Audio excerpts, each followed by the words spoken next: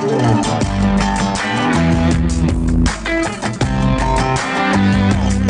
the newsmakers come to talk about it. The Michael J. Thorp Show on Super Talk 1570. The Valley School on Linden Road in Swartz Creek is looking for a few good shoes. That's right. They got a shoe drive going on right now through the end of April. Sarah Pashkat Cheeseman is the vice president of the Valley School Board of Education, and she's here with a couple of students to tell us what they're going to do with all of those shoes. Good morning. Good morning. You've also brought along a couple of students. Let me introduce them. Ashlee. Ashlee, what's your last name? Stimson. And Ashlee, you're a senior? Yes. Okay, and what do you hope to do when you grow up? I always like that, but you're growing up, I get that. But, what are you looking forward to do after you graduate? Well, right now I'm looking at computer science, but applying it to a theater industry. Theater, the drama. Yes. You're talking about theater. Well, there's something Rusty will be interested in as well as my daughter, who's been in a lot of theater. So good for you. And how about you, Trevor? Your name? Hrenyk. Oh, Trevor Hrenyk, and you're a junior? Yes. Okay, so you've got another year to think about it. But what are you thinking about when you get out of school? I'm thinking about going into mechanical engineering. Go where the money is. Yeah, that's right. Well, you know your math. Oh, yeah. That's a good thing to know. So a shoe collection. Sarah, shoe collection. What is that all about?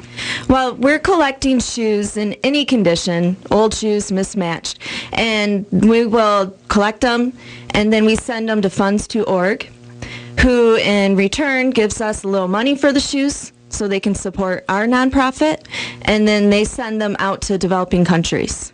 So they send them out to developing countries to sell? To where? I don't understand how this works. Okay. Yeah, the countries, the developing countries, they have little stores where they sell the shoes that are in better wear. And then they also donate them to those in need. And if the shoes aren't in the best condition, then they will recycle them or reuse the parts to create other shoes. Okay. So you might be opening some stores in like Haiti or Okay. So any kind of shoe, old and new, kind of shoe. You're looking for. And how is it that the Valley School will benefit from the shoes? I mean, is there a cost per shoe, per pound? They pay us per pound for shoe. Per pound per shoe? Yeah. How much per pound? Do you know? It depends on how much we give.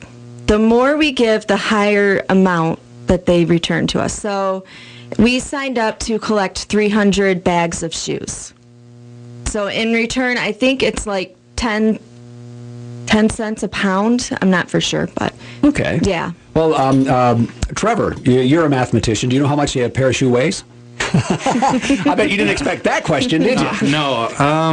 Probably it depends on the shoe, really. But they weigh between maybe 5 ounces, maybe. Something like that. They might be a little bit more than that. They might be closer to a pound. A pair of shoes for a pound here. You tell us about the Valley School. I'll start with you, Ashlee. How many students are in the Valley School? We have around 65 from pre-K to 12th grade. That's a pretty small school. Yeah. Have you gone to the Valley School your entire high school career? Yep, my entire life, actually. Oh, so you never went to a bigger school, so you have no way of comparing that. Trevor, 65 students, is it 9th grade through 12th? What grades are at the Valley Pre-K School? through 12th grade. Okay, and did you go to school there your whole life as well? Yes, I did. Why? Obviously, you have nothing to compare it to, but what do you like about Valley School? It's different. It's a smaller school, so it's more one-on-one attention. So for me, because I have dyslexia, so when you're struggling in some different parts, you can get help in say English and stuff like that. But you can get that one-on-one attention. So it really helps because the faculty to student ratio is really low. And how about you? What do you think is really good and the reason you like Valley School? There's always a challenge, and people are ready to help you to get through it, no matter what you're struggling with. For me, I am in some advanced classes where I'm the only student. I have 2 classes where it's just me. And basically my teacher gives me the work, says go after it, and then if I need extra help, I have to meet with him at lunch. I'm sorry, you see me over here kind of smiling, almost chuckling to myself. I can't imagine sitting in a classroom when I was in high school with one teacher. I'd feel like, oh my God, she's coming after me now. She's coming after me. But that actually is part of the whole culture there. Yeah. So you're used to that. Me, I would have been going from a class of 26 to 30 to just me, and that's a big change. Sarah Cheeseman, you're the vice president of the board. Valley School is a charter school. No. No, it's not. It's a nonprofit private school. We're the only school in Genesee County that is not tied to a church or getting any kind of government funding through a charter.